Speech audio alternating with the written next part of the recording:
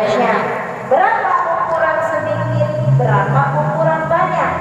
Kita lihat seterusnya. Al-qalilu, adapun air yang sedikit, madunal kullataini, enggak nyampe 2 kullah. 2 kullah itu seberapa Ustazah? 217 liter. Itu toran berapa liter? Biasanya yang kayak gini berapa liter?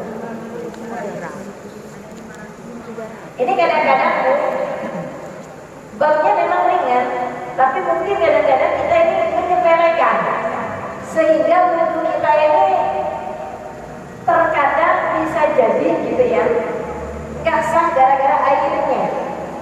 Kita ini pakai mazhab Imam Asy-Syafi'i, maka yang saya ajarkan adalah mazhab Imam Asy-Syafi'i. Makanya kitab ini juga mengangkitnya ya Imam Asy-Syafi'i, salah satunya ya babnya ini. Jadi berbicara tentang air yang sedikit itu adalah madunal kullataini, air yang enggak nyampe 217 liter. Berapa dunal kullataini? Kurang dari 217 liter. Artinya kalau ibu bikin rumah ternyata nggak pakai toren, atau ibu pakai toren tapi torennya terbuka, nggak ada tutupnya, perhatikan, dan jumlah si toren nggak nyampe 217 liter. Misal kecil air itu, kecil bank penampungannya nggak nyampe 217 liter, maka nanti al-qalilu yatanajjasu biwuqu'in najasati fi wa in lam yataghayyar. Kalau airnya kurang dari 217 liter, ketika ada najis nyemplung, walau tidak berubah warnanya, baunya, rasanya, tetap air ini dihukumi najis. Hati-hati.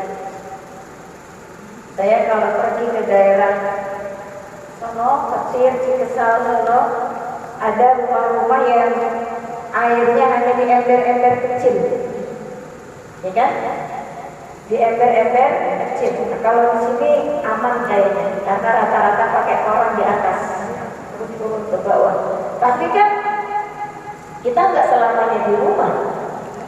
Ada kalanya kita safar, betul? Ada kalanya kita safar. Maka kalau ibu menemukan air di tempat safar tersebut dan ibu rasa air itu kurang dari 2 kullah, jangan dipakai untuk bersuci karena kurang dari 2 kullah. Khawatir air itu bekas ada orang pipis kemudian cebok, dicerak. Karena air itu kan terbagi 4. Tahirun mutahhir li ghairihi, dia suci dan mensucikan. Disebut, nggak ada di kitab itu, nggak ada. Disebut dengan ma'ul mutlaq, air mutlaq, air yang turun dari langit atau memancar dari bumi. Apa contohnya? Hujan, mata air, air terjun, air sungai, air es, embun, air laut. Ibu habis haid, tiba-tiba ibu pergi ke pantai. Pas menjelang zuhur, ibu rasa kok kagak keluar haidnya dari pagi. Nyemplung itu ke laut. Tenggelam ibu, maksudnya seluruh, tapi seluruh masuk ke dalam air. Niat nawaidul ghusla. Sah apa enggak? Sah. Walaupun rasanya asin Ustaz Daki ya, walaupun rasanya asin, karena dia itu termasuk air mutlak. Beda dengan air kolam renang. Nah, kolam renang gimana hukumnya? Nggak boleh. Hah? Hah? Neng, neng, neng, neng. Sekarang kita masuk dulu nih, ya, masuk dulu penjelasannya dulu, pelan-pelan. Nanti masuk ke kolam renang. Al-qalil maduna kullatayn. Yang sedikit itu yang enggak nyampe 217 liter. Wal katsir kullatani. Adapun air yang banyak itu lebih dari 217 liter. Oke, sampai sini paham ya Bu ya? Oke. Wal ma'ul katsir, adapun air yang banyak yang lebih dari 217 liter, la yatanajjasu, enggak najis. Air yang kurang dari 217 liter atau kurang dari 2 kula, ketika masuk benda najis otomatis si air hukumnya najis. Ketika air yang lebih dari 2 kula walau kemasukan najis, dia dihukumi tidak najis. Ini poin yang pertama. Jadi kalau ibu melihat di kolom ibu, kolomnya gede, banyak airnya, ada najis di dalamnya, entah bangkai tikus, ya kan, kucing. Ini saya lagi ngomongin buku, ya, ibu angkat, tapi airnya banyak, lebih dari 2 kula. Saya tanya, air tersebut boleh digunakan untuk bersuci enggak? Boleh. Hukumnya boleh. Kenapa hukumnya boleh? Karena lebih dari 2 kula. Illa, baca lanjutan, illa, kecuali taghayyara ta'muhu, berubah rasanya.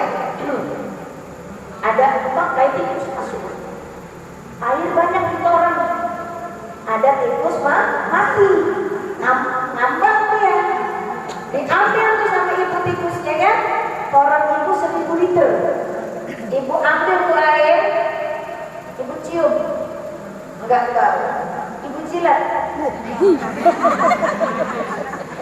Ini lagi ngomong hukum ya, bukan ngomong jorok ini. Ustaz dijilat, rasa air, dicium, nggak bau, gitu kan? Rasanya rasa air, dicium, baunya bau, gitu kan? Maka dia tetap boleh digunakan untuk bersuci. Ibu saja jijian, dibuang aja. Kalau lagi mati lampu gimana? Iya, nggak ada air. Nggak ada air ya? Ibu milih nggak ada air atau milih secara hukum dia boleh? Ya, nah ini pentingnya begitu di sini. Jadi perempuan tuh perlu cerdas. Kenapa? Yang ngurus rumah perempuan. Yang ngurus rumah itu siapa? Perempuan. Maka harus tahu. Ya.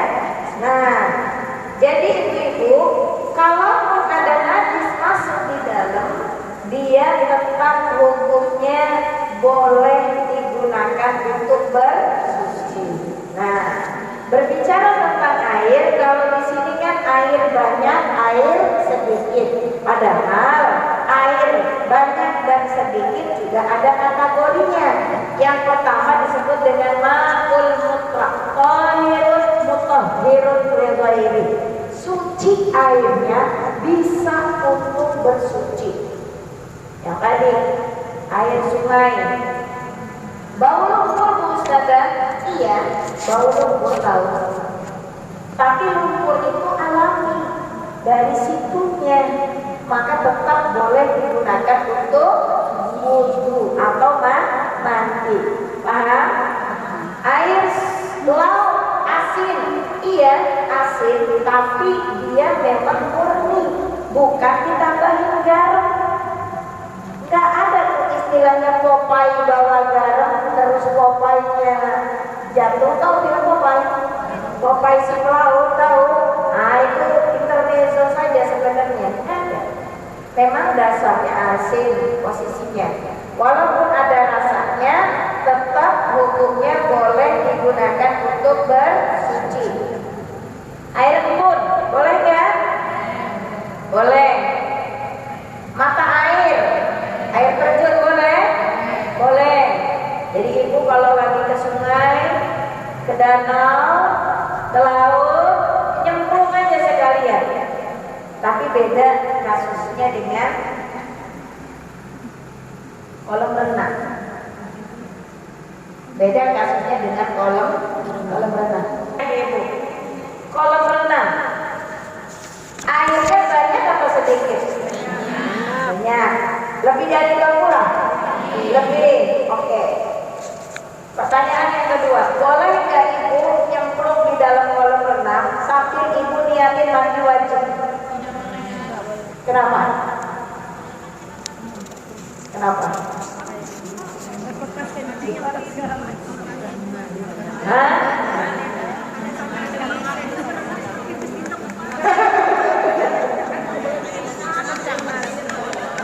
Kita tarik lagi hukumnya. Si kolam renang airnya lebih dari 20 enggak? Lebih. Selama tidak berubah warna, rasa, bau, boleh nggak ibu mandi di situ? Boleh. Mandi wajib boleh nggak? Mandi wajib. Mau hirup nggak? Nggak. Kenapa? Airnya tidak mengalir. Tapi kan dia pulang. Kalaupun ada najisnya, kalau 20 hukumnya apa tadi? Boleh. Ada kapori. Nih, dengerin.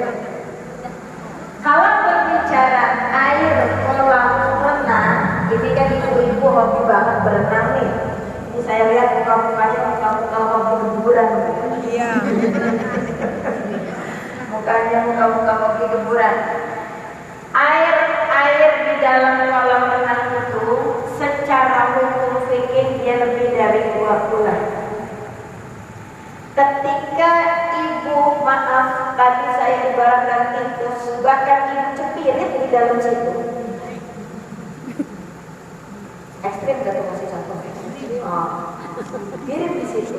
Ibu mati di situ, karena lebih dari 2 bulan, dia tidak berubah rasa, bau, dan warna, tetap sah. Kecuali ada perubahan dari salah satu yang 3. Contohnya, air kolam renang ketika kaporitnya menyengat, kan nggak bisa di generalisir, nggak boleh hukumnya.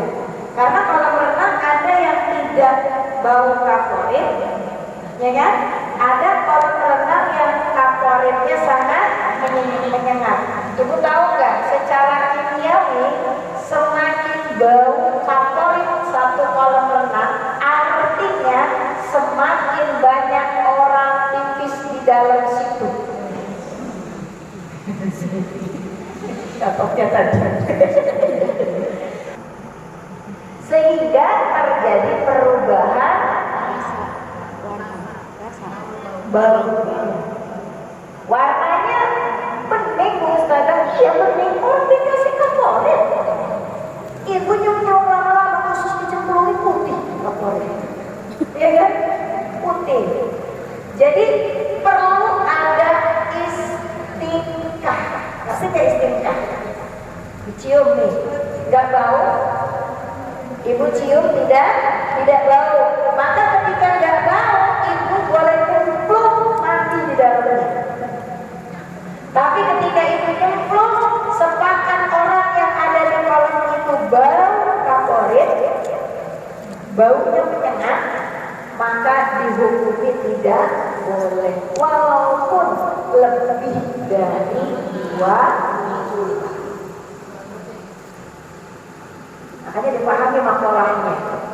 Makolahnya dipahami. Wal kasiru, adapun air yang banyak, ya, air yang banyak, la yatanajjasu, dia tidak dihukumi najis, illa, kecuali taghayyara, berubah rasanya, baunya, warnanya. Dulu masjid di kampung saya